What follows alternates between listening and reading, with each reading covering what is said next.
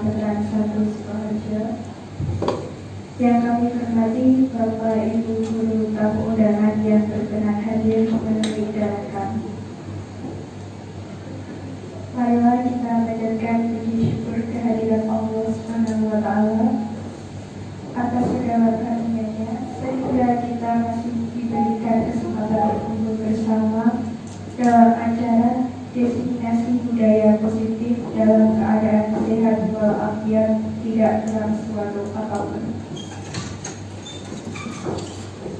Sebelum mulai acara, perkenankan saya selaku pembawa acara untuk membacakan susunan acara pada hari ini. Yang pertama, pembukaan.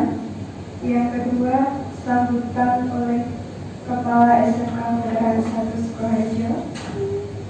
Yang ketiga, inti diseminasi, dan yang terakhir penutup.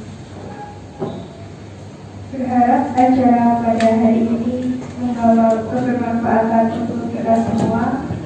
Marilah acara diseminasi budaya positif kita buka dengan membaca basmalah bersama-sama. Bismillahirrahmanirrahim. Selanjutnya acara sambutan kepada Bapak Malakar Maria SPD MSI dipersilakan.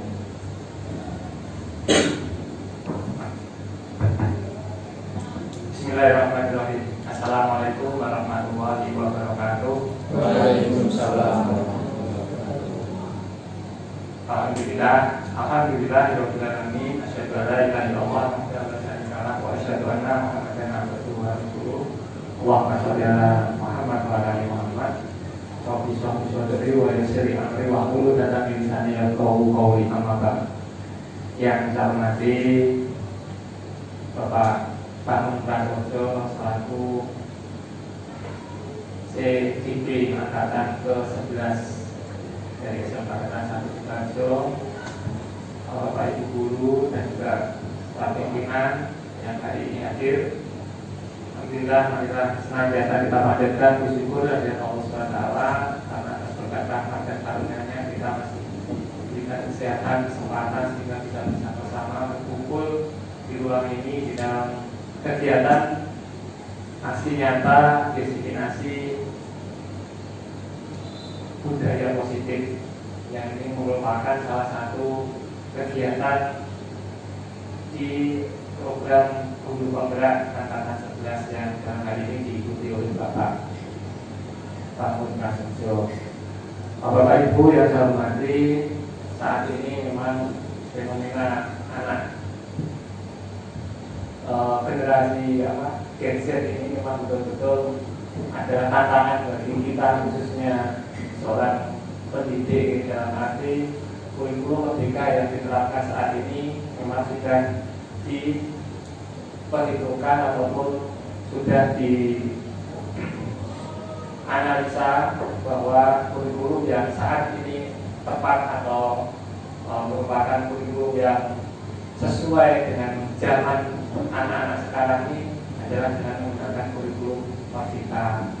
Dan ini dari kurikulum merdeka yang mana kita semuanya selalu berupaya untuk belajar dan belajar untuk menguatkan pemahaman kita terkait dengan konsep-konsep di kurikulum merdeka ini, sehingga akhirnya mampu kita implementasikan di dalam proses pembelajaran kita, khususnya Bapak Ibu Guru ketika mengajar anak didiknya. Nah, salah satunya adalah pembelajaran diferensiasi, yang mana diferensiasi ini adalah pembelajaran yang berpusat pada peserta didik, berpihak pada anak didik, sehingga pada saat ini tidak ada yang namanya pembelajaran yang berpusatnya pada guru, yang mana mungkin pada tahun-tahun sebelumnya atau pada zaman kita yang namanya guru itu memang di apapun yang beliau katakan itu adalah hal yang baik dan bagi seorang murid. Namun sekarang fungsi guru sudah berbeda. Kalau fungsi guru itu dulu itu adalah pusat sentral dari sistem pembelajaran, namun sekarang ini fungsi guru hanya sebagai fasilitator atau katalisator, pengantar. Itu yang perlu kita pahami, bahwa Bapak Ibu guru yang ada di kelas ini hanya sebagai fasilitator, katalisator yang berfungsi untuk menggerakkan, memotivasi, memantik potensi dari siswa panjenengan semuanya untuk bisa kita kembangkan semaksimal mungkin sesuai dengan keadaan yang menghadapi siswa tersebut. Dan dalam hari ini kita membahas terkait dengan budaya positif. Nah, ini merupakan salah satu dari unsur pembelajaran berdiferensiasi tadi. Jadi Bapak Ibu perlu ketahui bahwa kurikulum merdeka ini bukan sebuah freedom ya, dalam artian merdeka sebebas-bebasnya. Namun betul-betul kurikulum merdeka ini adalah menuntun anak-anak kita ini bagaimana memahami sesuatu yang baik, sesuatu yang ada targetnya, terarah, terukur ya. Itu ke arah semuanya adalah kebaikan. Bukan berarti kita membiarkan anak sebebas-bebasnya tanpa ada sebuah arahan bagaimana sebetulnya norma-norma yang baik yang ada di masyarakat ataupun di lingkungan ataupun di industri itu seperti apa. Itu tidak seperti itu. Jadi kembali lagi bahwa di dalam budaya positif ini memang harus ditekankan bahwa anak ini tidak dalam kondisi terpaksa di dalam menjalankan sebuah kesepakatan yang mungkin di awal pembelajaran itu disampaikan oleh Bapak dan Ibu guru. Jadi Bapak Ibu guru memiliki kewajiban bagaimana bisa membuat kesepakatan yang kesepakatan itu memang nilai-nilai itu betul-betul disadari akan kebaikannya itu oleh siswa masing-masing, sehingga tidak ada yang namanya anggapan bahwa kesepakatan tersebut adalah pembulian.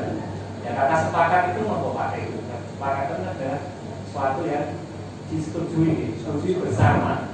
Artinya ketika ada yang tidak sepakat berarti harus diulang lagi kesepakatan sampai semuanya bisa menerima sebuah kesepakatan bersama. Itu pastinya Bapak Ibu semuanya ya di SMK Negeri 1 Sukoharjo yang pastinya semuanya memiliki amanah mengajar, tentunya kesepakatan ini bisa dengan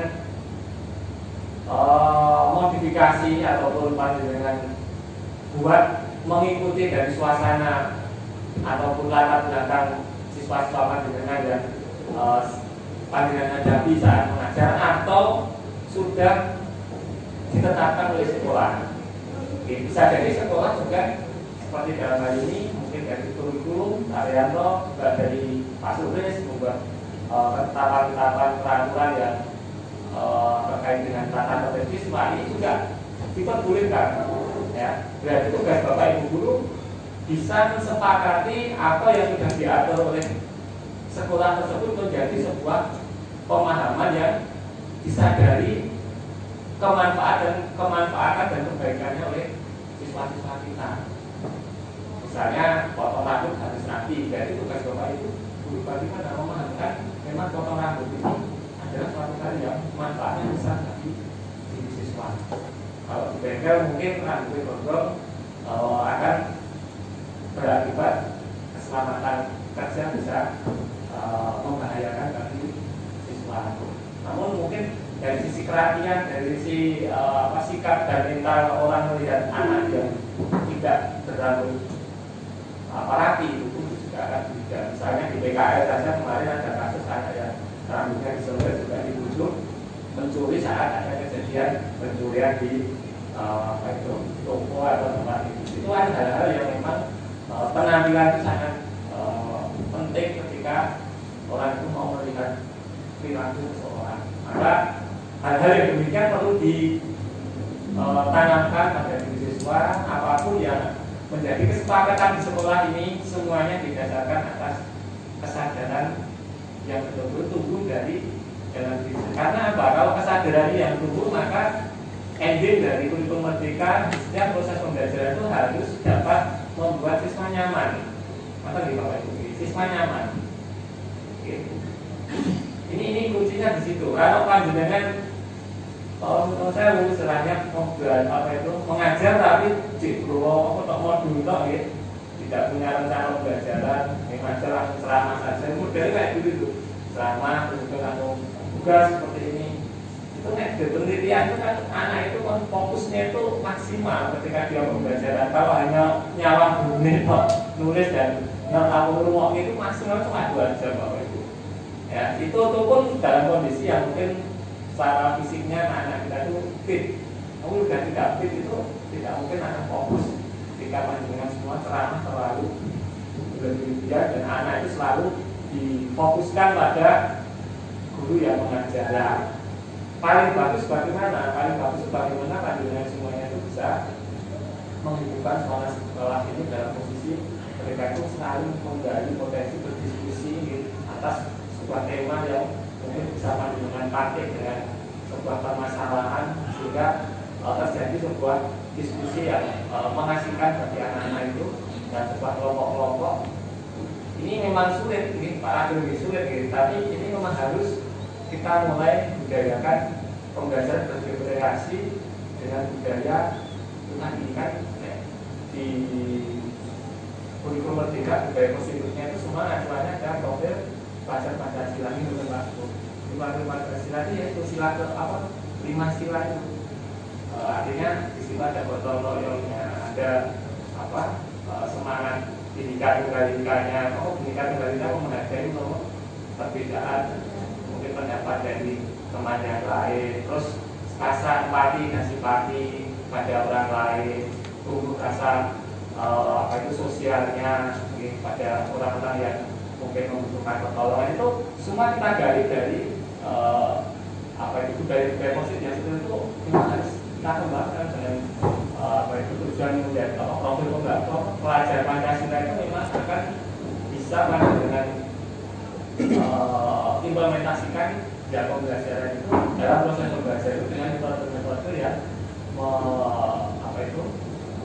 mengakomodir dari beberapa budaya positif yang acuannya adalah profil pelajar Pancasila. Oke, itu Bapak Ibu yang saya sampaikan. Dalam arti sekolah kita sudah berupaya, dan ini menunggu dari semangat yang sama juga dari Bapak Ibu guru semuanya. Karena semangat berubah ini tidaklah mudah. Orang itu secara manusiawi inginnya tetap selalu dalam posisi yang nyaman. Dengan nyaman itu kita menjadi fitrahnya orang. Dan fitrah akur itu agak susah. Namun ketika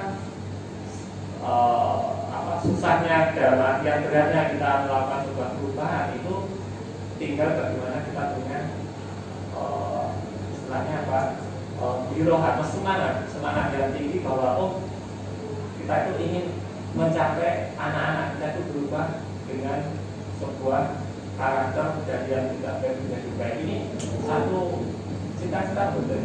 Cita-cita kita berproses bagaimana susahnya membiasakan sesuatu yang baik pada anak, ya kita tidak mungkin akan mendapatkan hasil anak-anak kita itu akan baik, betul. Dan itu semuanya dimulai dari Bapak Ibu guru semuanya. Jadi diajar diantara dalam proses pendidikannya, guru itu contoh, mendorong, memantik potensi siswa, kemudian dia memberi semangat selalu pada siswanya. Ini kurikulum merdeka kan mengembalikan kita pendidikan itu pada apa yang disampaikan diajar diantara itu. Jadi panjenengan semuanya memang berkewajiban tidak hanya memberi materi, itu yang paling Pak Dewi. Sekarang guru itu tidak mudah, tidak mudah. Artinya tidak hanya sebatas capaian pembelajaran dengan sampaikan harus tuntas sesuai dengan durasi waktunya, sesuai dengan tema dan pembelajaran yang dengan targetkan itu. Sekarang justru malah pada penekanan pada karakter. Itu yang paling berat di situ.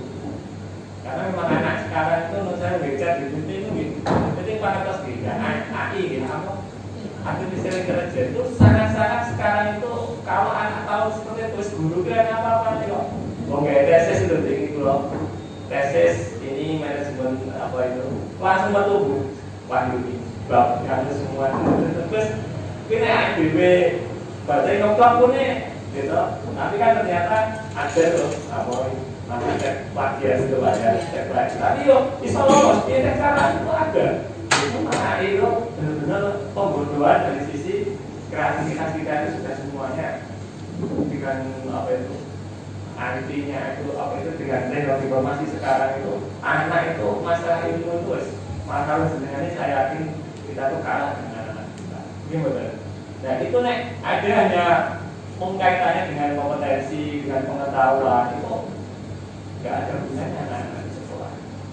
Gambaran seperti itu. Tapi kalau kita di sekolah ini mampu membenahi bersama-sama berkolaborasi anak didik kita itu kita paksa, yuk kita istilahnya kita paksa, namun paksanya harus karena tadi butuh apa tadi budaya positif tadi yang kita sepakati bersama tadi. Dan nantinya anak-anak itu harapannya ya sekolah inilah yang akan menunjukkan karakter-karakter yang baik dari dalam diri siswa. Ini tugas guru itu sekarang itu Pak. Zaman sekarang itu seperti itu. Bukan hanya anak-anak itu seperti pintar cerdas, tampil, tapi attitude-nya ini yang sangat-sangat mengajari anak sopan yang tua ini anak betul Pak Arif. Anak sejak saya ini, bukan saya ini sama sekali belum menyerang ya. Adalah ini kemarin dihadirkan sama industri juga. Anak-anak sekarang itu kepedulian pada orang lain itu sangat-sangat. Nah, apa istilahnya 5R kamu? Apa 5 apa? 5S. 5R itu bagian. Nah, tetapi ringkas itu sama ada 5R dan 5S. Itu pun kalau kita mau benar-benar komitmen konsisten ya, istilahnya selalu itu dengan anak yang banyak ini kita ketika bertemu anak yang tidak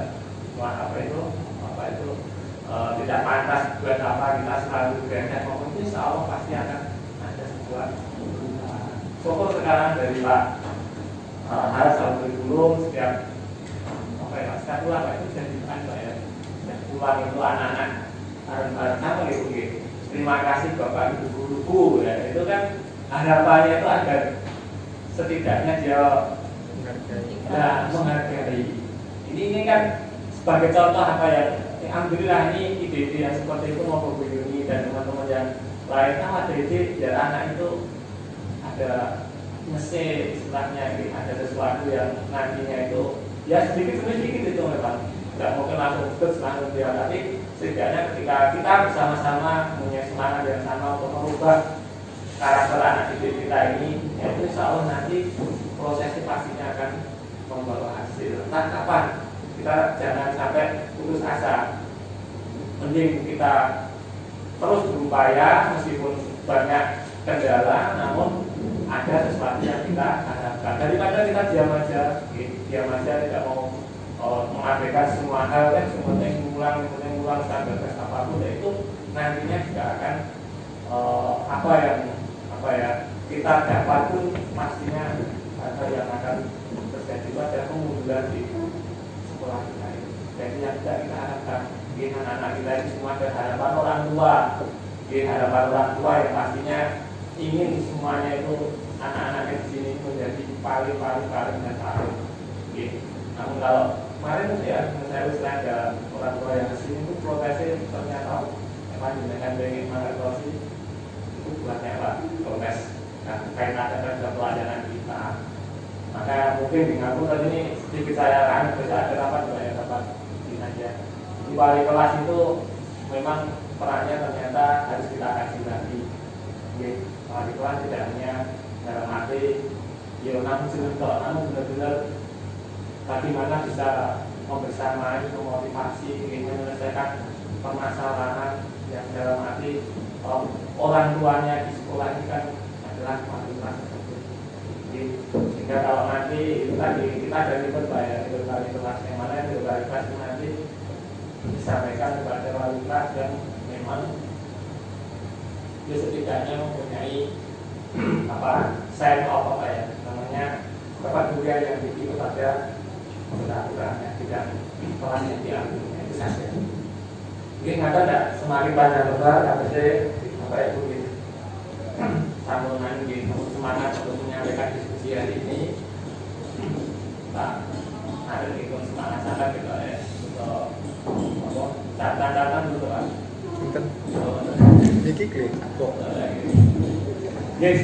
Oke, semoga hari ini nanti saya ingin Pak bangun apa yang kita bicarakan, kita diskusikan ini betul-betul ada sebuah berkas yang mungkin apapun itu hasilnya, saya mohon nanti ada laporan yang nanti bisa jadi masukan pada sekolah untuk setidaknya bisa memberikan kontribusi terkait dengan kebijakan kita yang intinya bagaimana bisa mengubah karakter anak ini dengan kebiasaan positif yang mau tidak mau memang harus semuanya, tidak hanya satu dua guru, namun ini gerakan bersama ya, yang memang harus kita mulai, dan semoga kita kemudian pelaksanaan dan apa yang kita bahas hari ini mendapatkan ridho Allah SWT, memberikan manfaat untuk kemajuan SMK Veteran.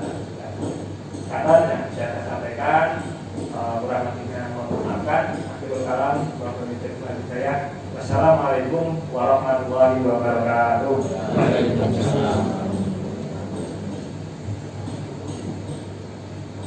Terima kasih kepada Bapak Maulana Maria SD MSI atas sambutan yang telah disampaikan. Acara berikutnya yaitu inti destinasi kepada Bapak Dr. Prasojo dipersilakan. Assalamualaikum warahmatullahi wabarakatuh. Bapak Ibu yang saya hormati, Bapak Kepala Sekolah SMK Veteran 1 Sidoarjo, Bapak Ibu guru yang hadir dalam acara diseminasi budaya positif aksi nyata modul 1.4 guru penggerak angkatan 11 oleh saya sendiri, Pak Prasojo. Ini Bapak Ibu semua, yang pertama yang saya sampaikan terkait pembelajaran dengan paradigma baru ya. Pembelajaran dengan paradigma baru merupakan pembelajaran yang dirancang berdasarkan prinsip pembelajaran berdiferensiasi seperti yang disampaikan Bapak Kepala Sekolah tadi terkait pembelajaran berdiferensiasi, yaitu paradigma baru di kurikulum Merdeka, sehingga murid belajar sesuai dengan kebutuhannya berdasarkan tahapan perkembangan sesuai teori psikologi modern untuk mewujudkan profil pelajar Pancasila. Tadi juga sudah disampaikan oleh Bapak Kepala Sekolah terkait halnya pembelajaran berdiferensiasi, yaitu dengan kita harus sebagai guru mewujudkan kebutuhan murid kita di sekolahan untuk mewujudkan profil pelajar Pancasila. Apa aja profil pelajar Pancasila? Yang pertama itu beriman bertakwa kepada Tuhan Yang Maha Esa dan berakhlak mulia. Ini terkait dengan sholat zuhur berjamaah. Terus kita sudah melaksanakan sholat Jumat juga, telah melaksanakan pagi hari membaca surat pendek, itu kita sudah melaksanakan. Berikutnya mandiri, anak kita harus mulai kita arahkan ke bentuk yang mandiri, seperti halnya berdiskusi kelompok, itu juga sudah terus maju ke depan seperti itu. Selanjutnya itu bernalar kritis anak kita. Berikutnya berkebinekaan global dan bergotong royong serta kreatif. Itu yang harus mari kita wujudkan supaya murid kita di SMK Veteran 1 Sidoarjo bisa mewujudkan profil pelajar Pancasila. Seperti itu Bapak Ibu. Selanjutnya ini ada pertanyaan pemantik Bapak Ibu terkait budaya positif kita. Nanti setuju atau tidak setuju. Yaitu yang pertama, hukuman dapat mendisiplinkan murid. Setuju nopo mboten Ibu Bapak? Menurut Bapak Ibu, hukuman dapat mendisiplinkan murid, setuju atau tidak Bapak? Setuju. Nanti kita lihat ya. Setuju ya? Setuju. Pripun niki pemantik riyen Bapak. Pak Arianto setuju napa mboten? Tidak setuju atas nama hukuman. Oh nggih. Oke nggih. Terus yang kedua, pemberian hukuman dengan hal positif seperti membaca atau membersihkan halaman sekolah dapat meningkatkan disiplin murid. Pripun Bapak Ibu? Setuju atau tidak setuju? Ada yang setuju, ada yang tidak setuju. Nanti mari kita diskusi bersama di slide berikutnya ya.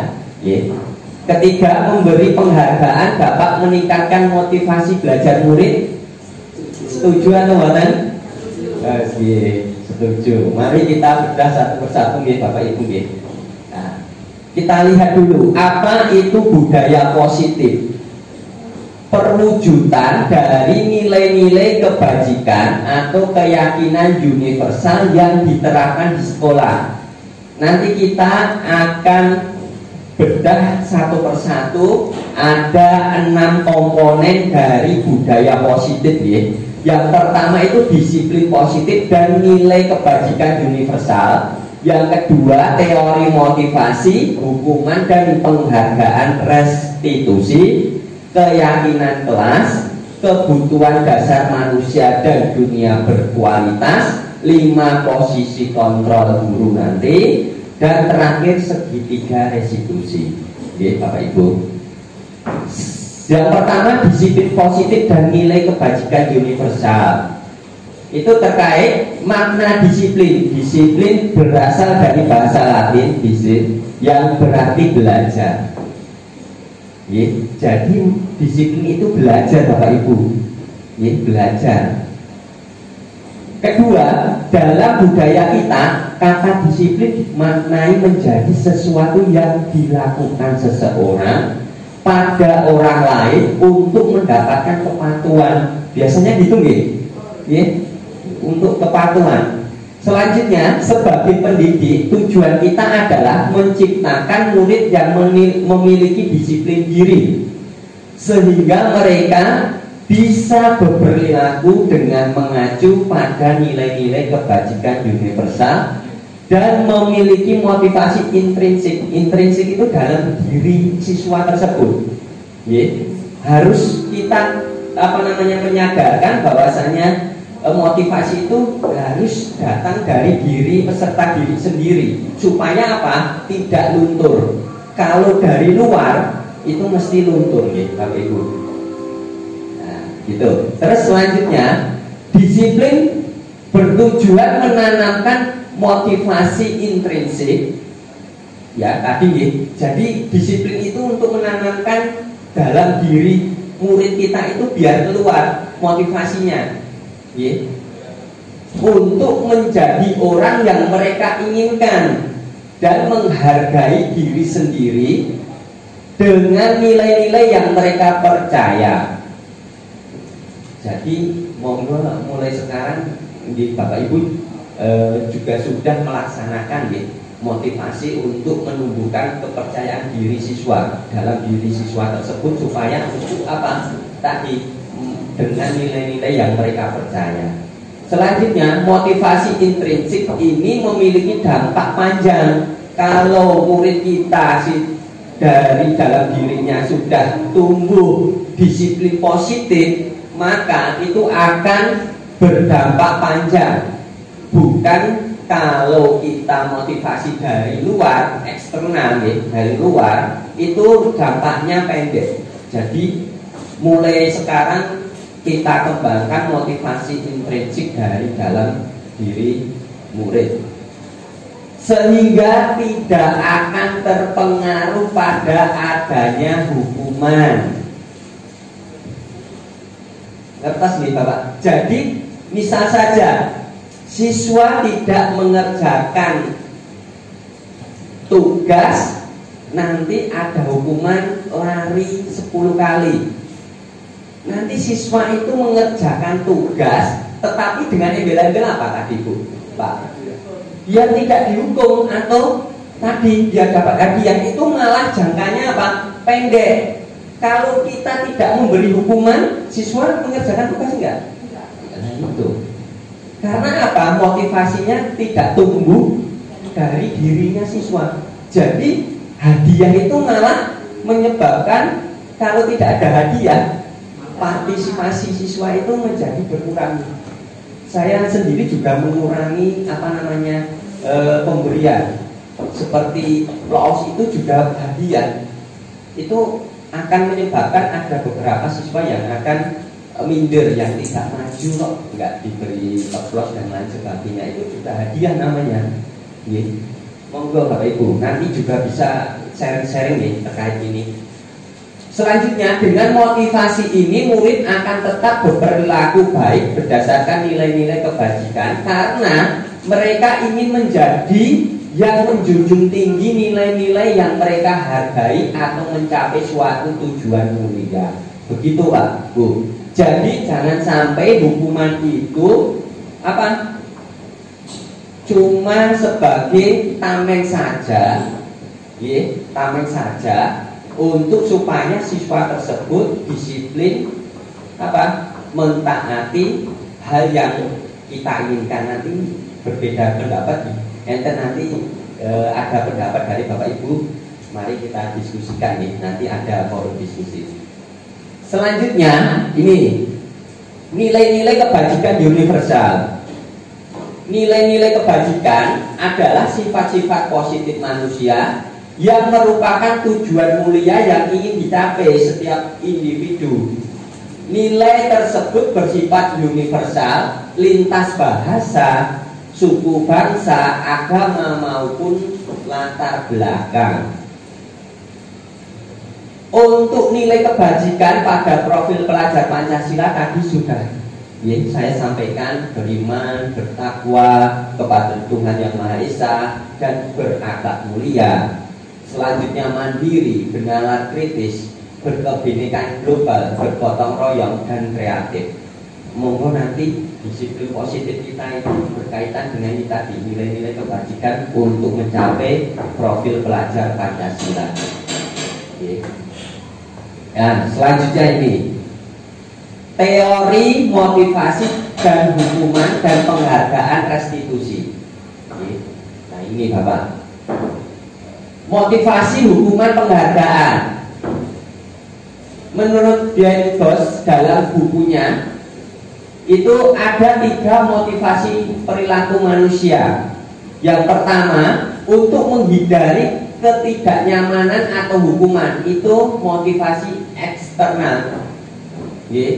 Itu tadi Bapak Ibu. Berikutnya, mendapatkan imbalan atau penghargaan dari orang lain, motivasi eksternal. Juga eksternal Bapak Ibu. Untuk menjadi orang yang mereka inginkan dan menghargai diri sendiri dengan nilai-nilai yang mereka percayai, motivasi internal. Bapak Ibu ada yang memberi pendapat terkait 3 motivasi perilaku manusia. Jadi untuk menghindari ketidaknyamanan atau hukuman itu biasanya motivasi eksternal. Jadi siswa tersebut, Bapak Ibu, kalau motivasi eksternal supaya tidak mendapatkan hukuman, nurut aja, nurut terhadap apa yang harus dilakukan. Tetapi nanti kalau tidak ada, misalnya hukumannya nggak ada, siswa itu ya udah kembali lagi. Karena apa? Itu eksternal, Bapak Ibu. Berbeda dengan apa? Motivasi internal. Kalau dia sudah tumbuh menghargai dirinya sendiri dengan nilai yang mereka percaya, maka jangka panjang. Bisa kita lihat seperti halnya kalau siswa mengeluarkan baju, kalau siswa tersebut sudah motivasi internal, maka tetap tidak ada hukuman Misal saja mengeluarkan baju ada hukuman push up 50 kali, siswa tersebut akan memasukkan baju menurut panjenengan Bapak Ibu. Ada nggak Pak? Tak ada. Karena apa? Bapak Ibu tadi, motivasinya cuma eksternal saja. Nah, monggo ini kita bersama-sama menumbuhkan motivasi internal. Saya juga mencoba ini motivasi internalnya supaya dia itu menumbuhkan budaya positifnya itu. Ye. Monggo. Ye. Monggo nggih. Terus lanjutannya ini hukuman. Hukuman bersifat tidak terencana atau tiba-tiba. Misal saja siswa terlambat masuk ya, Bapak Ibu, wes push up aja 5 kali, kan kita tidak rencana toh, iya Bapak Ibu. Murid tidak tahu apa yang akan terjadi dan tidak dilibatkan. Tadi sudah disampaikan Bapak Kepala Sekolah tadi, tidak ada apa namanya kesepakatan. Harusnya ada kesepakatan dulu. Kalau telat ngapain mas? Itu harus sudah kita sepakati supaya apa? Murid tadi apa? Tahu, oh bahwasannya saya kalau terlambat kayak gini karena sudah ada. Terus hukuman bersifat satu arah dari pihak guru yang memberikan dan murid hanya menerima suatu hukuman tanpa melalui apa? Kesepakatan atau pengarahan dari pihak guru, baik sebelum atau sesudah. Itu tadi di awal pembelajaran harusnya kita saya sendiri harus membuat apa tadi? Keyakinan. Tadi sudah dulu kita awal pembelajaran dari kurikulum sudah memberi waktu kita untuk membuat apa? Keyakinan kelas. Supaya apa? Tidak menimbulkan namanya apa? Hukuman. Bapak Ibu Selanjutnya hukuman diberikan bisa berupa fisik maupun psikis. Bapak Ibu bisa ada yang memberikan pendapat psikis itu pripun ya? Psikis, murid disakiti oleh suatu perbuatan atau kata-kata. Kadang kan kita Bapak Ibu tidak terkontrol Bapak nada kita tinggi. Nah kurikulum kita itu yang baru itu tidak boleh nadanya itu verbalnya tinggi menghardik murid kita. Itu namanya juga hukuman Bapak Ibu itu malah hukuman kita kadang melewati kontrol kita itu juga namanya hukuman. Jadi kita berkata-kata kasar terhadap murid kita itu juga namanya hukuman. Psikis maupun fisik tadi. Nanti bisa disaling pendapat nanti karena apa? Ada namanya kontroversi antara tadi. Harus ini tadi Bapak Ibu kesepakatan. Kalau nggak ada kesepakatan, monggo. Selanjutnya, ini konsekuensi.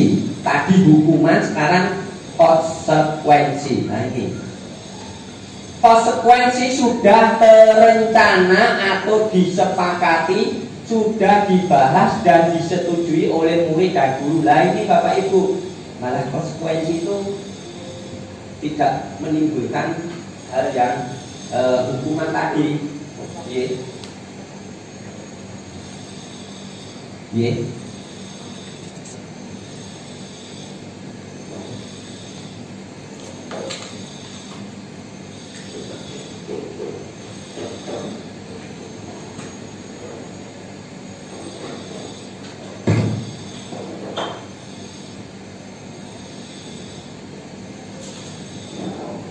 Lanjut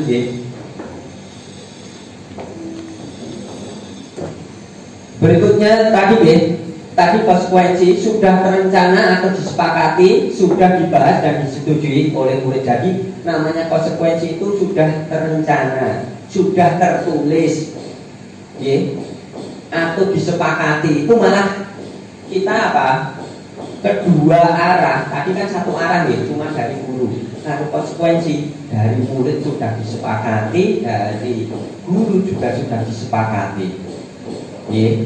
Selanjutnya, umumnya bentuk-bentuk konsekuensi dibuat oleh pihak guru, sekolah, dan murid sudah mengetahui. Seperti hanya peraturan sekolah. Peraturan sekolah itu harusnya sudah kita distribusikan, kita berikan ke murid bahwasanya misal potong rambut seperti yang Bapak kepala sekolah sampaikan itu harus disampaikan terlebih dahulu dan murid sudah menyetujui. Gitu. Telat masuk sekolah itu juga harus kita sampaikan ke murid terlebih dahulu ya, Bapak Ibu ya. Terus pada konsekuensi murid tetap dibuat tidak nyaman untuk jangka waktu pendek. Kadang kan tidak nyaman ya Bapak Ibu ya. Konsekuensi juga ya. Walaupun sudah disepakati, tetapi siswa nyaman buatan Bapak Ibu. Walaupun sudah disepakati, ya. Nyaman buatan Bapak Ibu. Kadang tidak nyaman karena apa, Bu?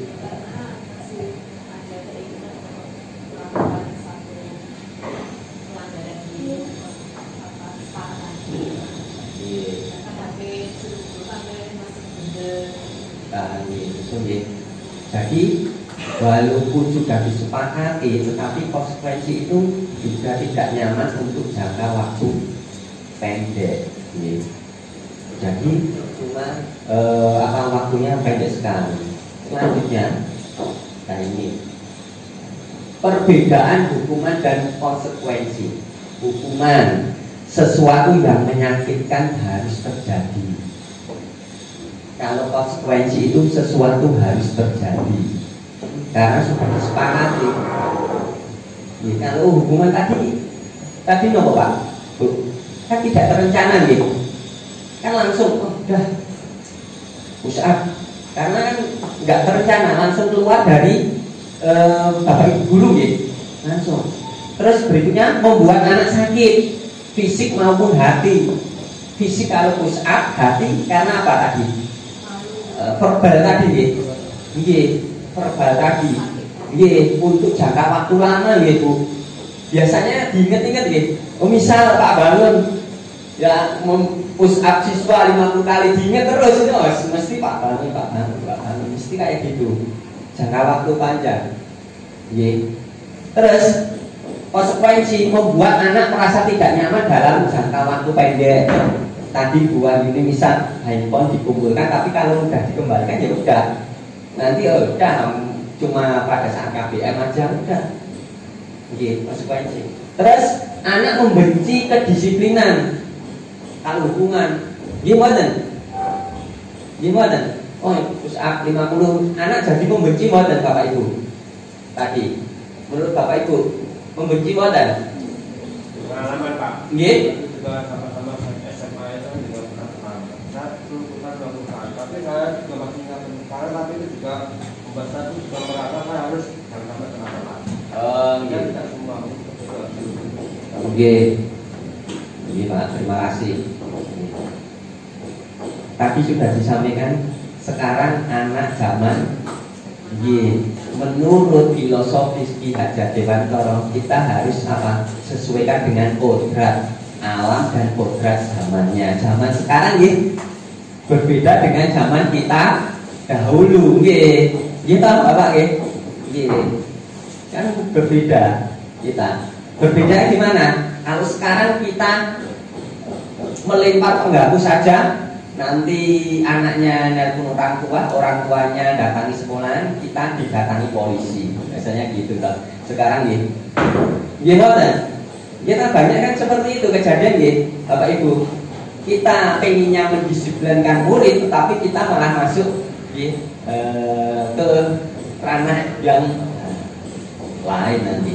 Selanjutnya tadi anak menghargai disiplin karena konsekuensi, karena apa? Dia sudah mengetahui. Bapak Ibu, sedikit-sedikit harus kita sepakati bersama murid. Kalau konsekuensi karena sudah kita sepakati dan tertulis. Selanjutnya paksaan, hukuman itu paksaan. Kita paksa. Kalau konsekuensi itu stimulus atau tanggapan, dia mesti tetap menanggapi. Konsekuensi ini walaupun sudah ditulis Bapak Ibu. Terus berikutnya mendorong anak menyakiti diri sendiri. Kalau konsekuensi itu mendorong anak agar mudah menyesuaikan diri. Berikutnya konsep diri yang buruk. Kalau konsekuensi konsep diri yang baik. Kalau hukuman anak belajar untuk menyembunyikan kesalahan. Kalau konsekuensi anak belajar untuk mematuhi peraturan. Hukuman marah, rasa bersalah, dipermalukan, merasa tak dihargai. Kalau konsekuensi kehilangan hak, dibuat tidak nyaman, diasingkan untuk sementara. Cuma sementara. Bapak Ibu, untuk hukuman dan konsekuensi ada yang bisa memberikan tanggapan konten terkait hukuman dan konsekuensi sebelum kita lanjut ke materi berikutnya. Pak Nugroho, bisa Pak berikan? No Pak, Pak, Pak Haryanto, monggo bisa memberikan. No dua unit, wonten tanggapan Bu terkait hukuman konsekuensi sedikit. Terkait dengan hukuman dan konsekuensi ini memang terjadi karena sudah disampaikan oleh Pak Tama tadi ya, karena perubahan zamannya. Jadi zaman kita dahulu dengan zaman sekarang itu sangat jauh berbeda. Jadi anak-anak zaman sekarang itu cenderung mentalnya itu kalau menurut saya sih memang agak lemah ya. Saya juga pengalaman dengan anak-anak saya sendiri. Jadi ketika dia dibentak gitu, mereka sudah kayak gak dihargai, terus dia merasa nangis ya, gitu. Laki-laki perempuan gitu Pak. Nah, jadi beda dengan zaman kita dulu. Kalau zaman kita dulu dibentak begitu, terus dia langsung bisa introspeksi diri gitu ya. Nah, jadi kalau menurut saya memang ini sudah zamannya kita itu bisa melakukan bukan hukuman tapi sebuah konsekuensi yang pada awalnya kalau konsekuensi itu berasal dari sebuah kesepakatan, kemudian dari situ anak-anak itu berusaha untuk menghargai diri sendiri. Setelah dia menghargai diri sendiri, itu bisa menghargai orang lain. Jadi ketika dia itu bisa menghargai diri sendiri, otomatis mereka akan bisa menghargai orang lain. Nah, itu Pak. Untuk semua, jadi saya percaya sih setuju sekali dengan adanya konsekuensi yang berasal dari sebuah kesepakatan. Itu kita lanjutkan. Nah, ini pertanyaan ini. Antara hukuman atau konsekuensi mencatat 100 kali di dalam buku kalimat saya tidak akan bertambah lagi karena terlambat ke sekolah. Itu hukuman atau konsekuensi Bapak Ibu? Menurut Pak Nugroho apa? Napa? Hukuman itu. Hukuman nggih. Mungkin kita koreksi nggih. Kedua, lari mengelilingi lapangan basket 2 kali karena terlambat hadir di sekolah, hukuman atau konsekuensi? Bapak Ibu, hukuman ya? Hukuman.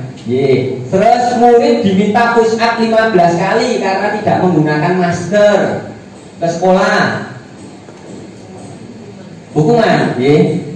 Terus menggantikan kertas tugas teman yang telah dicoret-coret. Napa terakhir? Konsekuensi. Membersihkan tumpahan air di meja tulis karena tersenggol pada saat jam pelajaran, saat belajar. Napa niku? Konsekuensi. Murid disuruh untuk mengenakan sepatu seharian di sekolah karena tidak mengenakan sepatu hitam. Murid disuruh untuk melepas itu nih, sepatu seharian di sekolah karena tidak mengenakan sepatu hitam. Itu nopo? Hukuman nopo konsekuensi? Hukuman. Nopo konsekuensi. Nanti kita koreksi. Lari mengelilingi lapangan basket 2 kali karena terlambat 10 menit untuk pelajaran PJOK. Nopo niku? Hukuman nopo konsekuensi? Nopo Pak?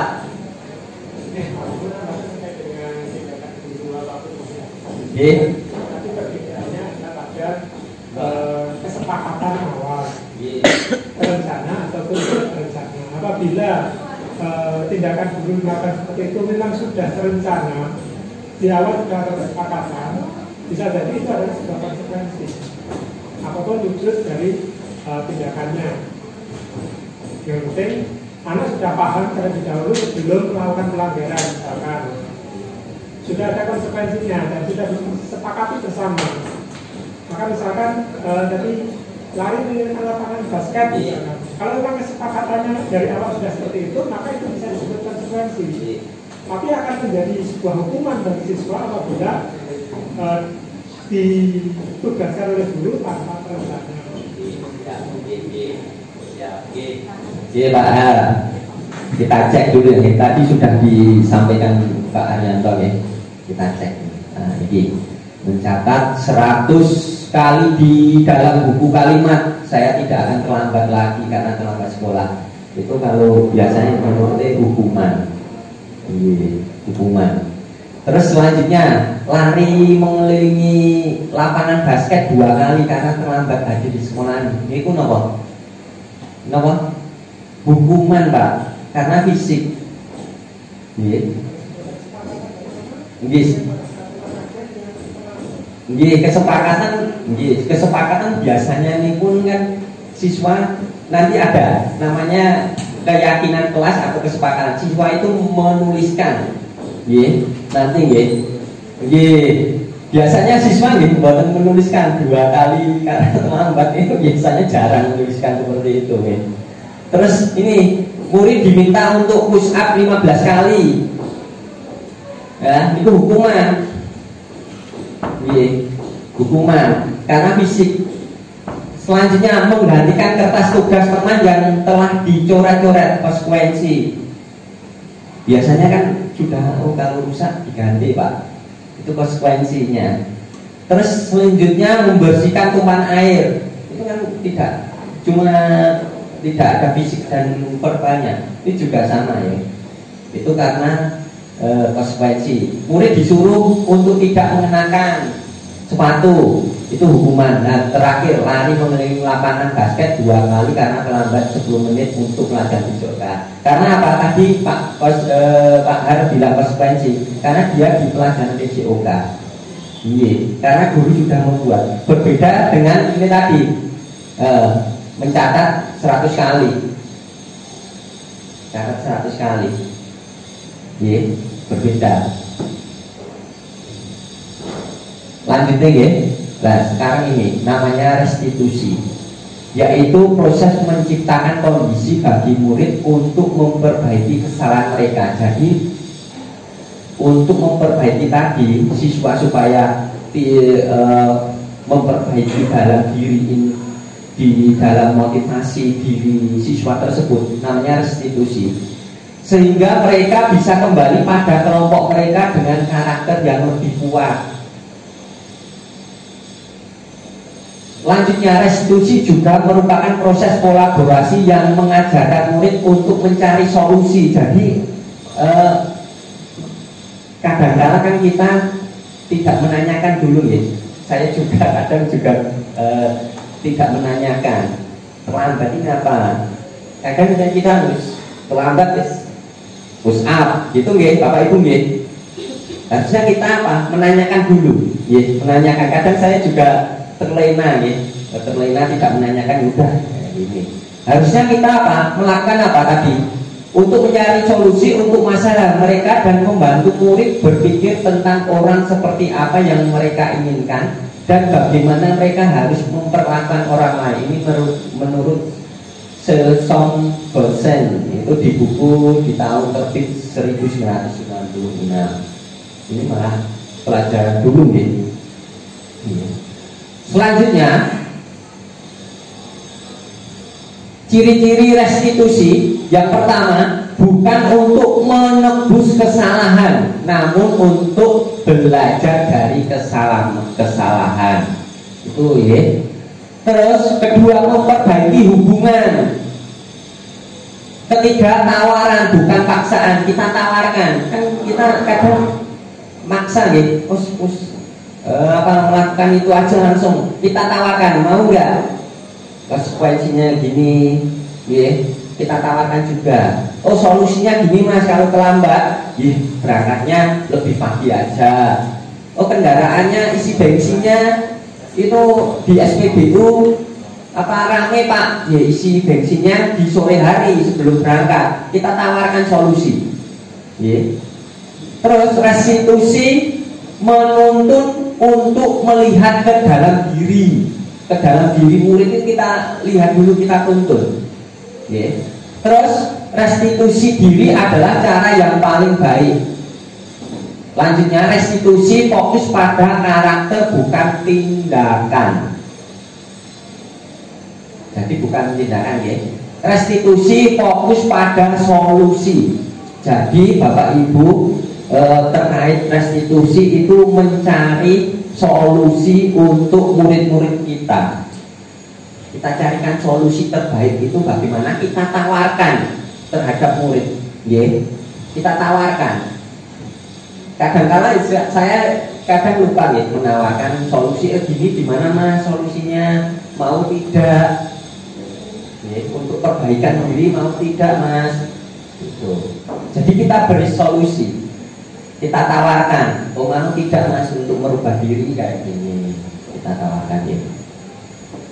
Nah ini Bapak Ibu terkait konsekuensi hukuman, konsekuensi restitusi lah. Sekarang tambah 3 tadi hukuman, konsekuensi. Sekarang tambah terkait apa? Restitusi. Yaitu apa? Kalau hukuman sesuatu yang menyakitkan harus terjadi.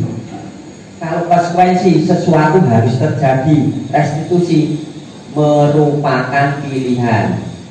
Harus merupakan pilihan. Jadi, terus tindakan hukuman tidak nyaman. Kalau konsekuensi tidak nyaman untuk murid jangka pendek. Nah ini menguatkan untuk murid dalam jangka waktu panjang. Malah restitusi kayak gini ya, memberikan solusi. Terus tadi kalau hukuman murid itu korban, kalau konsekuensi korban bisa diabaikan. Kalau restitusi korban mendapatkan ganti yang lebih baik. Terus hukuman tadi yang terakhir itu negatif, murid akan membenci peraturan.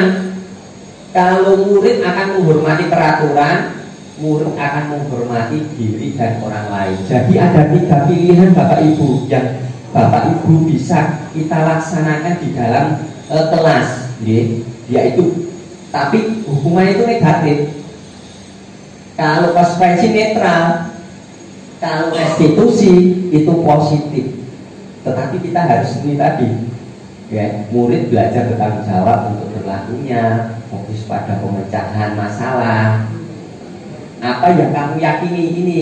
Kalau hukuman peraturannya adalah kamu harus. Kalau konsekuensi apa peraturannya yang kita buat itu peraturannya udah apa itu?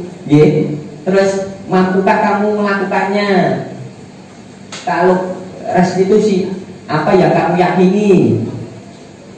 Apa yang bisa kamu lakukan untuk memperbaiki masalah ini? Jadi kita mencarikan apa, menanyakan, kalau terlambat itu alasannya apa dulu, solusinya dari murid itu apa? Kita tawarkan solusi dari kita. Gitu Bapak Ibu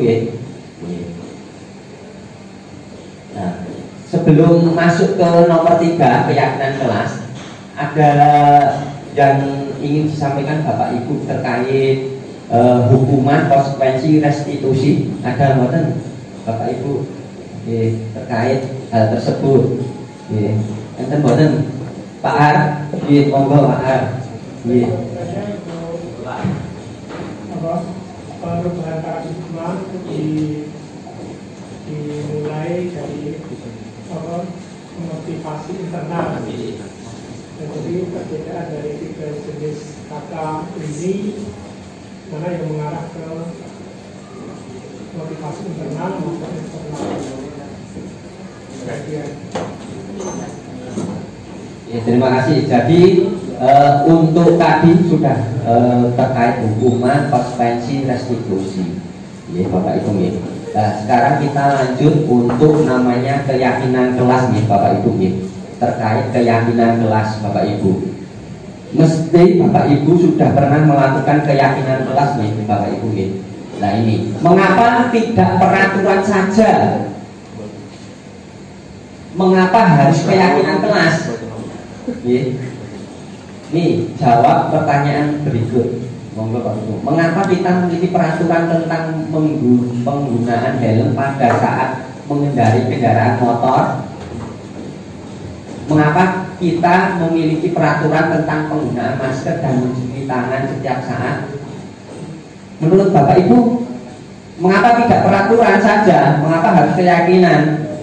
Dari dua pertanyaan ini bisa diambil kesimpulan apa? Pak Arif, no, Pak Arif, ini tahu? Kenapa? Dari kedua ini kenapa? Pak Nugroho bisa memberikan tanggapan? Kenapa nih? Tidak peraturan saja. Mengapa harus keyakinan? Karena peraturan itu maksa. Gimana? Peraturan itu maksa. Oh, peraturan ya. Kalau keyakinan itu kan sudah keyakinan anak. Bahwasanya ketika kita melakukan sesuatu itu bahwasanya keyakinannya baik untuk melakukan hal itu. Oh,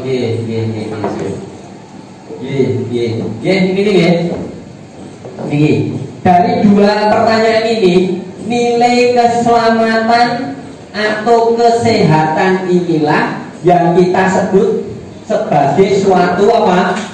Keyakinan. Kalau menggunakan helm mesti gimana? Kita yakin apa? Selamat ya? Itu selamat. Terus kalau kita menggunakan masker dan mencuci tangan setiap saat, itu apa? Keyakinan kita apa? Sehat, Bapak Ibu. Jadi harus ada namanya keyakinan. Kalau kita cuma peraturan tetapi kita tidak meyakini, banyak yang tidak menggunakan helm ya. Nah, itu seperti halnya murid kita nih, harus namanya yakin dulu. Nih, keyakinan kelas dibentuk untuk mendukung motivasi intrinsik tadi dari dalam diri siswa murid kita nih. Murid kita harus kita tanamkan dari dalam diri dulu. Nah, ini yang sulit kita harus tanamkan nih Bapak Ibu nih. Berbeda dengan peraturan kelas, keyakinan kelas akan lebih menggerakkan seseorang dibandingkan serangkaian peraturan. Pembentukan keyakinan kelas. Keyakinan kelas bersifat lebih abstrak daripada peraturan yang lebih rinci dan konkret. Kenapa? Lebih abstrak, Bapak Ibu. Karena bisa kita perbaiki, kita perbaiki sesuaikan dengan keadaan kelas, Pak Ibu. Kalau peraturan kan sudah rinci dan konkret. Terus berikutnya, keyakinan kelas berupa pertanyaan-pertanyaan universal. Pernyataan keyakinan kelas senantiasa dibuat dalam bentuk positif. Kalau membuang sampah di dalam kelas, kita yakini harus dibuang di luar kelas. Karena apa? Tadi bentuk positifnya apa? Oh, menjaga apa? Kesehatan kita. Bapak Ibu, kita beri bentuk positif pernyataannya. Jangan hanya masuk tepat waktu, tetapi kita tidak membuat pernyataannya tadi. Harus kita buat. Keyakinan kelas hendaknya tidak terlalu banyak sehingga mudah diingat dan dipahami oleh semua warga kelas. Tidak banyak tetapi lebih terperinci tadi. Keyakinan kelas sebaiknya sesuatu yang dapat diterapkan di lingkungan tersebut. Semua warga kelas hendaknya ikut berkontribusi dalam pembuatan keyakinan kelas lewat kegiatan curah pendapat. Jadi kemarin Bapak Ibu telah melaksanakan di awal pembelajaran membuat keyakinan kelas. itu harus semuanya memberikan pendapat satu persatu, jangan cuma 5, 7 siswa, jangan. Semua harus memberikan pendapat, bisa nanti ditulis di papan tulis, kita ambil yang mana yang sesuai dengan penerapan di kelas tersebut. Itu nggih, Bapak nggih. Bersedia meninjau kembali keyakinan kelas dari waktu ke waktu. Jadi keyakinan kelas itu bisa kita tinjau waktu ke waktu. Jadi tidak pakem harus itu. Oh, disesuaikan dengan kelas. Oh, besok kebutuhan kelasnya bagaimana di kelas Bapak Ibu. Jadi bisa kita sesuaikan. Oh, ada murid yang memberikan pendapat, Pak, keyakinan kelasnya ditambah ini. Oh, kita tinjau keyakinan kelasnya ya, Bapak Ibu ya. Nah, ini keyakinan, misal ini keyakinan kelas 12 TSM 2 ya. Ya, Bapak Ibu. Kehadiran dan keterlambatan. Ya. Terus teknologi, seragam sekolah, peralatan sekolah, kebersihan kerapian, tugas, partisipasi, kerjasama. Kalau bisa setelah kita membuat itu kita cetak dan ditempelkan di depan kelas yang terlihat jelas, supaya apa? Setiap murid itu masuk selalu melihat keyakinan kelas yang telah kita sepakati, biar tidak lupa. Nah, ini prosedurnya pembuatan keyakinan kelas. Bapak Ibu juga sudah melaksanakan ya. Mempersilahkan murid di kelas untuk mencurahkan pendapat tentang peraturan yang perlu disepakati di kelas. Mencatat semua masukan para murid di papan tulis. Jadi bisa ditulis atau bisa pakai not kecil-kecil seperti kemarin itu nggih, Bapak Ibu nggih, yang pernah kita laksanakan ya, di kemarin saat kita susun keyakinan kelas dalam bentuk kalimat positif. Tinjau kembali daftar curahan pendapat yang sudah dicatat, tinjau ulang keyakinan kelas secara bersama-sama. Jadi setelah disepakati kita tinjau bersama lagi. Harus semua warga kelas itu menyepakati semuanya, jangan ada beberapa nanti tidak sepakat ya. Setelah keyakinan kelas selesai dibuat, maka semua warga kelas dipersilakan meninjau ulang dan menyetujui. Terakhir, keyakinan kelas selanjutnya bisa diletakkan di dinding kelas di tempat yang mudah dilihat. Ya, dilihat. Itu ya, Bapak Ibu ya. Nah, ini contohnya ini, selalu kembalikan buku ke tempatnya. Apa, Bapak Ibu? Keyakinan kelasnya apa? Tanggung jawab. Dilarang mengganggu orang lain, menghormati orang lain. Jadi bisa nih keyakinan kelasnya tanggung jawab. Ini namanya peraturannya nih. Hadir di sekolah 15 menit sebelum mempelajari mulai, menghormati orang lain, berkomitmen. Keyakinan kelasnya. Dilarang melakukan kekerasan, keselamatan, menghormati orang lain, dilarang menggunakan narkoba, kesehatan, bergantian atau menunggu giliran, menghormati orang lain, bersabar, menggunakan masker, kesehatan, keselamatan, jangan berlari di kelas atau di koridor, keselamatan, keamanan. Kadang kan lari-lari itu keyakinan. Nah, ini kemarin saya sudah melaksanakan di kelas 10 ini kemarin ya. Ini pertama curahan siswa itu ditulis di kertas, Bapak Ibu ya, di kertas. Selanjutnya siswa menempel. Ini semua siswa harus menempel. Ya, semua siswa menempel. Kadang kalau dia berpendapat itu kadang susah ya. Ya ini malu, kadang malu lah. Malu, penakut. Jadi kalau menempel kan nggak tahu. Jangan dikasih nama nih Bapak Ibu nih. Jangan dikasih nama. Terus selanjutnya menempel, kita identifikasi. Oh, yang sama yang mana kita tempel bersama. Oh, yang sama itu kita klasifikasikan dulu. Setelah itu kita tanyakan kesepakatannya tadi, sesuai tadi nih Bapak Ibu. Setelah selesai baru diyakini ada enggak atau tidak nih Bapak Ibu nih. Mari bersama-sama kita melaksanakan seperti itu, Bapak Ibu nih.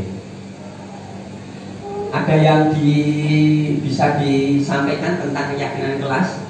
Pak Nugroho, ada yang bisa disampaikan terkait keyakinan kelas? Bisa nggih Bapak Ibu nggih? Bisa nggih. Terus yang keempat, kebutuhan dasar manusia dunia berkualitas. Itu terkait kebutuhan dasar manusia dan dunia berkualitas. Dunia berkualitas adalah tempat khusus dalam pikiran, tempat menyimpan gambaran, representasi dari semua yang diinginkan, bahwa sesuatu itu harus terasa sangat baik dan memenuhi setidaknya satu atau lebih kebutuhan dasar. Gambaran dunia berkualitas adalah unik dan spesifik untuk setiap orang. Itu Apa saja kebutuhan dasar manusia? Ada 5 kebutuhan dasar manusia. Yang pertama, kebutuhan untuk bertahan hidup. Berikutnya, kasih sayang dan rasa diterima. Murid kan biasanya juga perlu kasih sayang gitu. Kadangkala mencari masalah itu kadang dia perlu apa? Kasih sayang gitu, Bapak Ibu.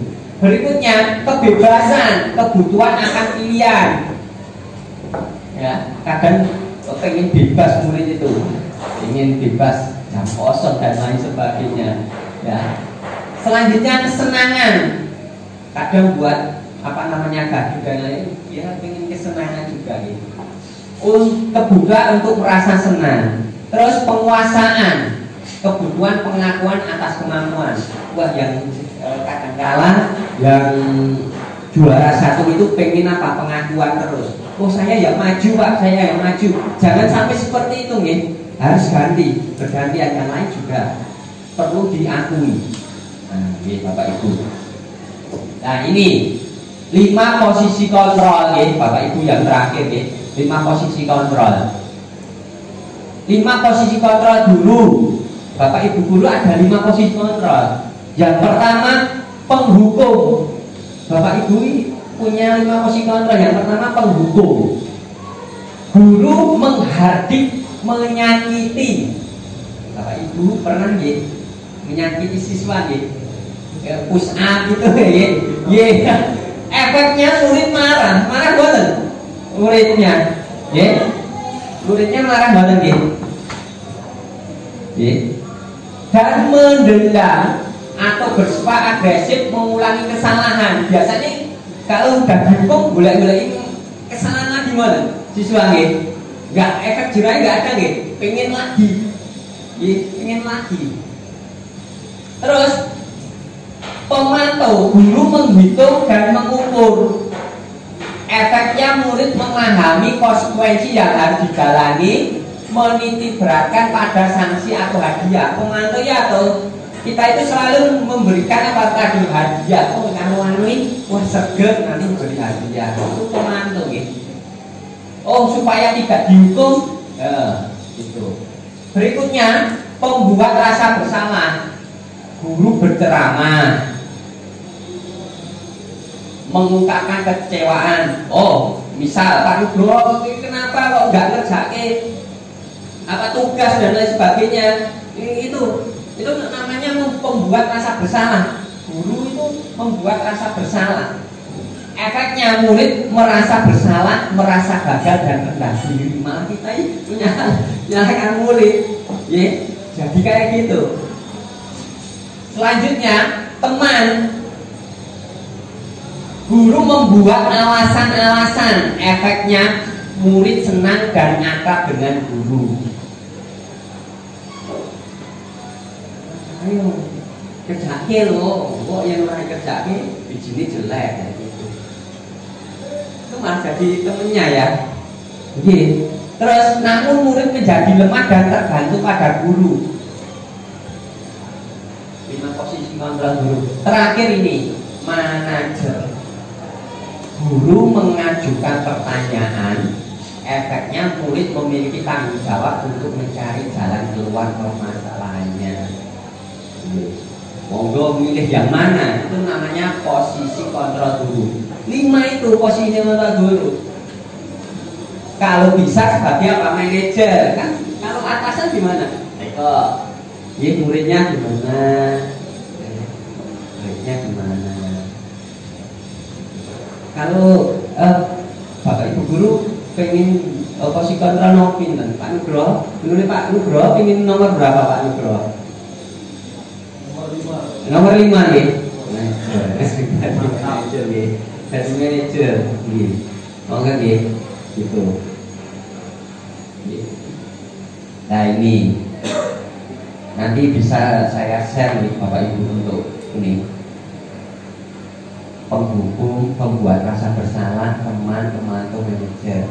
Guru berdua menghadik, menunjuk, menyakiti, menyindir, itu menghukum ini Bapak Ibu. Terus pembuat rasa bersalah, berceramah, mengatakan seharusnya ibu kecewa, bapak kecewa, itu gitu. Itu membuat rasa bersalah murid, gitu. 5 posisi kontrol kita. Teman membuatnya alasan-alasan untuk muridnya, membuatkan alasan-alasan muridnya. Kadang membuat gitu, nggak masuk karena ya anu Pak gitu. Kita tanya gitu, biasanya gitu ya. Kita sebagai wali kelas gitu. Nah gitu. Terus pemantau menghitung atau mengukur apa peraturannya. Pemantau itu bisa gitu. Terus manajer mengajukan pertanyaan, apa yang kita yakini, apa yang bisa kau kerjakan untuk memperbaiki masalah ini, menguatkan pribadi. Ini Bapak Ibu nih. Jadi bisa nih Bapak Ibu. Nah ini posisi paling ideal bagi guru adalah posisi manajer. Posisi nomor 5 nih Bapak Ibu. Yang apa? Ideal nih, sing ideal. Monggo nanti dari 5 itu monggo bisa milih. Tapi yang ideal itu sebagai apa? Manajer. Karena dengan posisi sebagai manajer, murid akan berusaha mencari solusi atas masalahnya dan meningkatkan motivasi intrinsiknya, bisa keluar dari diri murid tersebut. Gini, Bapak Ibu gini. Dan ini, nah ini pernyataannya. Saya kecewa sekali dengan kamu. Apa Bapak Ibu? Pembuat orang merasa bersalah. Posisi kontrolnya itu. Kamu tidak pernah benar melakukannya. Apa? Kan ada verbalnya ya. Penghukum. Bapak Ibu sebagai penghukum. Ayolah lakukan demi Bapak. Nah, itu teman itu. Itu sebagai teman itu. Mlebu sekolah. Tunggu Bapak Ibu ini loh. Apa kamu mau mendapatkan stiker bintang hari ini? Anak SD, kalau di sini dapat apa nih? Tepuk tangan atau apa nih? Itu pemantau. Selanjutnya bagaimana kamu bisa menyelesaikan masalah ini? Manajer. Kamu selalu yang paling terakhir, penghukum. Nonton ya Bapak Ibu nggih. Nah, terakhir segitiga restitusi. Yang nomor 5. Tahapan segitiga restitusi ada 3 nih. Yang pertama menstabilkan identitas, 2 validasi tindakan yang salah, 3 menanyakan keyakinan. Ya, kita bahas yang pertama itu apa? Menstabilkan identitas itu bagian dasar dari segitiga bertujuan untuk mengubah identitas anak dari orang yang gagal karena melakukan kesalahan menjadi orang yang sukses. Contoh kalimatnya gini, berbuat salah itu tidak apa-apa. Berbuat salah tidak apa-apa. Tapi nanti setelah itu kita tahapan kedua, tidak ada manusia yang sempurna. Saya juga pernah melakukan salah seperti Pak Guru, juga pernah melakukan salah ini. Tapi nanti tahapan kedua harus kita jalankan nanti. Ya habis ini kita bisa menyelesaikan ini. Kamu berhak merasa begitu. Itu nih. Pertanyaan nanti Bapak Ibu juga bisa lain kata-kata lainnya. Lanjutnya, tahapan kedua yaitu validasi tindakan yang salah. Habis kita memberikan itu, kita tanya validasi tindakan yang salah, yaitu apa? Setiap tindakan baik buruk dilakukan dengan suatu tujuan, yaitu memenuhi kebutuhan dasar dengan memahami kebutuhan dasar yang mendasari sebuah tindakan. Maka kita bisa menemukan cara paling efektif untuk memenuhi kebutuhan. Contohnya kalimat ini, padahal kamu bisa melakukan yang lebih buruk dari ini, memang, okay? Kamu pasti punya alasan mengapa melakukan hal ini. Kamu patut bangga pada dirimu sendiri karena kamu telah melindungi sesuatu yang penting buatmu. Tapi kita lanjut tahapan ketiga, yaitu menanyakan keyakinan. Menanyakan keyakinan, yaitu apa? Pada tahap ini yang dilakukan adalah menghubungkan dengan nilai-nilai yang dipercaya oleh anak sehingga ia berpindah menjadi orang yang ia inginkan. Contohnya apa yang kita percaya sebagai keyakinan kelas atau keluarga. Apa nilai-nilai umum yang kita telah sepakati? Kamu mau jadi orang seperti apa? Apa bayangan kita tentang kelas yang ideal? Ye, Bapak Ibu ye. Jadi tahapan segitiga restitusi tadi sudah kita jalankan dari tahapan 1, 2, 3. Dari tadi apa? Menstabilkan identitas, validasi tindakan yang salah, menanyakan keyakinan. Ya Bapak Ibu. Nah ini dokumentasinya. Menanyakan. Kemarin ada nih. Ya. Nah, telat saya tanya, kenapa telat? Kata. Nah ini dokumentasinya nih Bapak Ibu nih. Nanti ada sedikit cuplikan dari dokumentasi saya.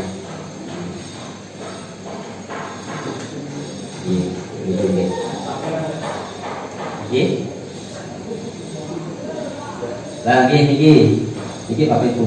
Ini kasus saya nih, saya selesaikan dengan segitiga restitusi nih.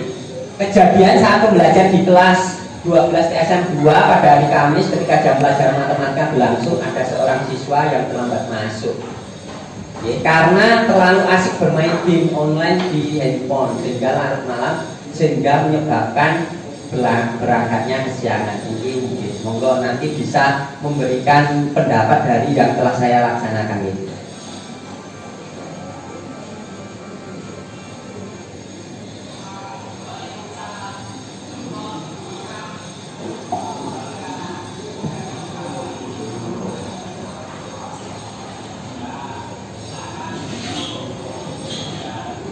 Awal itu Bapak Ibu guru jangan langsung menanyakan apa namanya halnya terlambat kenapa dan lain sebagainya. Jangan, nanti malah membuat siswa tersebut menjadi malu terhadap teman-temannya.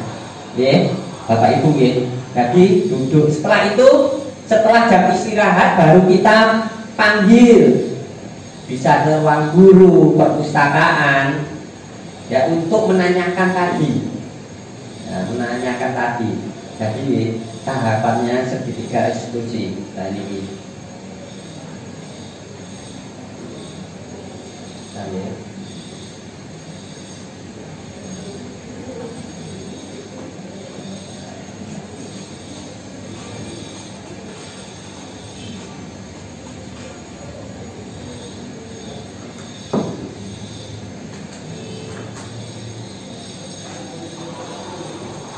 Nah ini dipanggil, kemarin saya panggil di perpustakaan yang lebih apa namanya adem nih Bapak Ibu nih.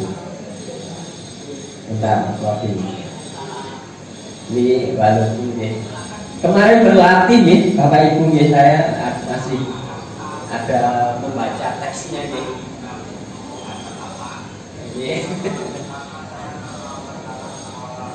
Kita menanyakan dulu terlambat. Kenapa? Jam berapa dulu? Nah, kita tanyakan peraturan di sekolah dulu.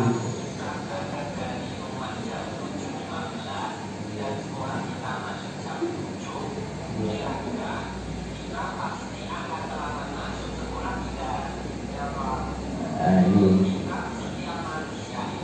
Nah ini Mas. Nah Pak Guru ya juga pernah terlambat. Iya, Pak Guru pernah terlambat tadi loh. Iya Bapak Ibu nggih. Pernah terlambat melakukan ini. Nah, tetapi kita mencarikan solusi dari hal tersebut nggih. Nah ini Bapak Ibu nggih. Menanyakan solusi.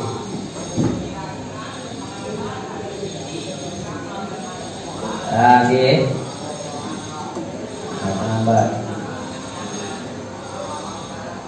Nah ini karena bermain game nggih. Tanya bermain game.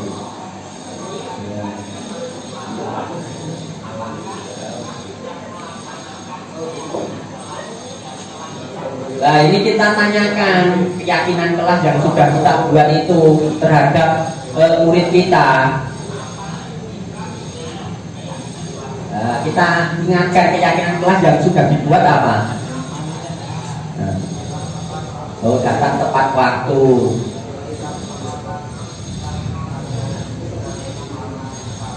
Nah ini.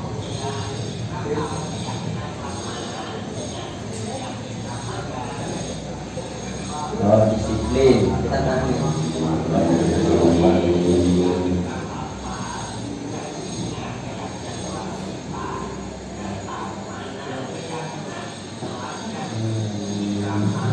Ya.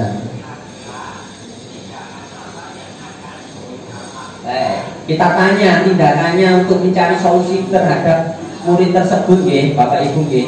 Kita tanyakan. Dia supaya mencari solusi tersendiri nggih. Mencari solusi sendiri.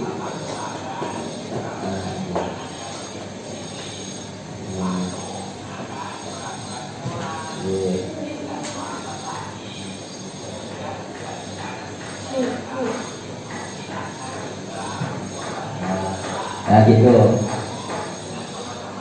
Nih. Nah itu nggih Bapak Ibu nggih.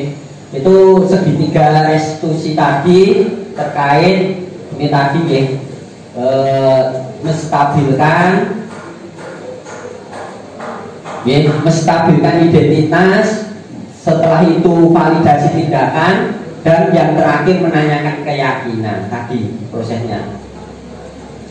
Nanti bisa kita coba mulai hari ini nanti atau besok kalau kita mendapatkan kejadian seperti itu, kita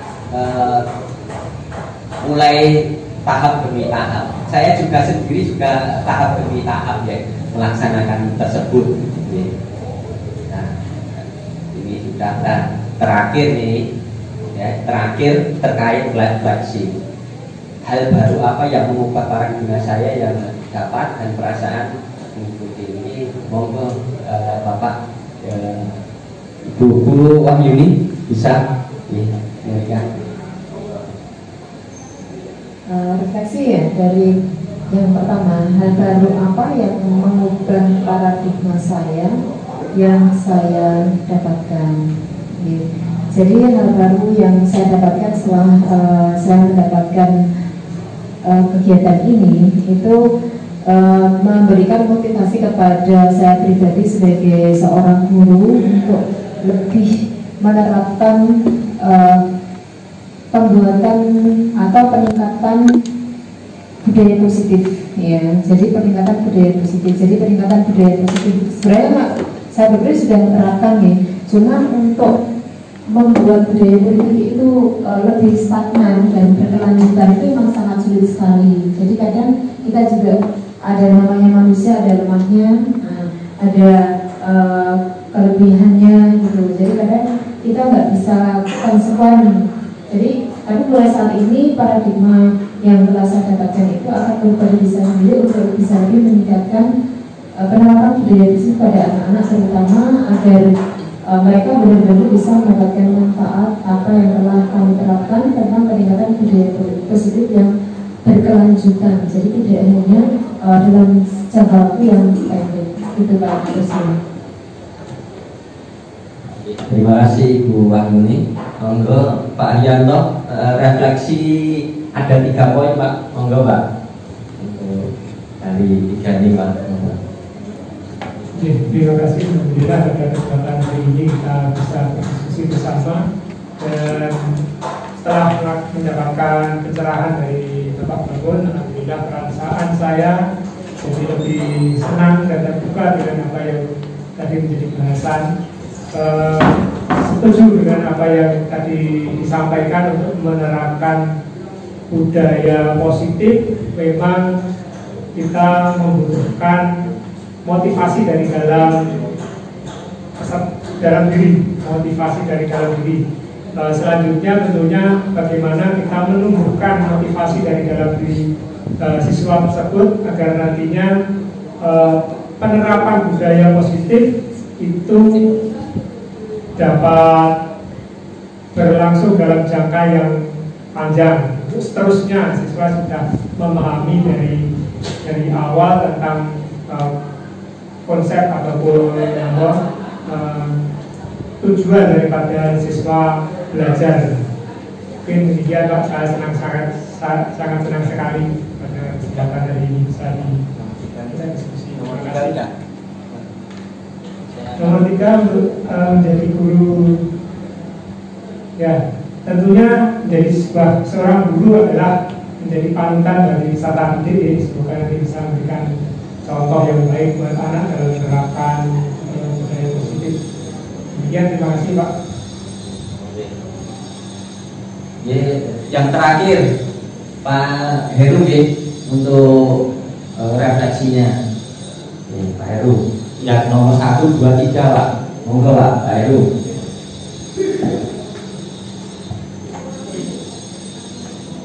Terima kasih atas kesempatan yang diberikan saya di sini untuk memberikan refleksi karena tentang saya akan menjadi guru yang seperti apa setelah mengikuti sesi ini. Ya, dari apa yang sudah saya dengarkan tadi atau pahami tadi katanya tentang diseminasi budaya positif, di mana saya juga memang ya mungkin sudah melakukan hal positif, tetapi memang perlu lebih ditingkatkan kembali kaitannya tentang bagaimana ajakan atau arahan pada siswa didik kita, di mana siswa didik kita itu memang kalau sekali diarahkan mungkin ya tapi nanti ya besok nanti kembali lagi. Jadi mungkin harus sering ataupun harus selalu tidak bosan-bosannya untuk selalu mengingatkan. Jadi dengan apa yang saya terima tadi, sehingga saya juga berusaha untuk selalu tidak bosan-bosannya. Jadi tidak bosan-bosannya untuk memberikan atau mengingatkan tentang kaitannya dengan budaya positif apapun itu, apakah kedisiplinan dalam berpakaian atau dalam bertutur kata ataupun dalam maksudnya mengikuti KBM dalam kegiatan belajar mengajar. Demikian Pak yang saya sampaikan. Kurang lebihnya kata saya mohon maaf. Assalamualaikum warahmatullahi wabarakatuh. Terima kasih Bapak Ibu semua telah memberikan refleksi dalam kegiatan diseminasi budaya positif. Ya, saya sendiri dalam penyampaian masih ada kurang dalam penyampaian, mohon maaf, dan mari bersama-sama mewujudkan budaya positif di sekolah kita. Semoga sekolah kita menjadi lebih berkembang dan lebih jaya lagi. Sekian dari saya. Wassalamualaikum warahmatullahi wabarakatuh.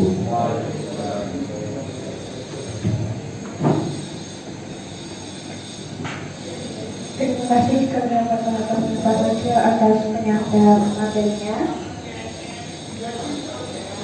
Alhamdulillah acara demi acara telah kita lalui bersama. Kini tiba saatnya di penghujung acara. Sebelum penutupan, saya selalu membawa acara memohon maaf apabila banyak kekurangan baik dalam tutur kata maupun tingkah laku. Marilah kita tutup acara diseminasi budaya positif ini dengan membaca hamdalah bersama-sama. Akhir kata, terima kasih. Wassalamualaikum warahmatullahi wabarakatuh.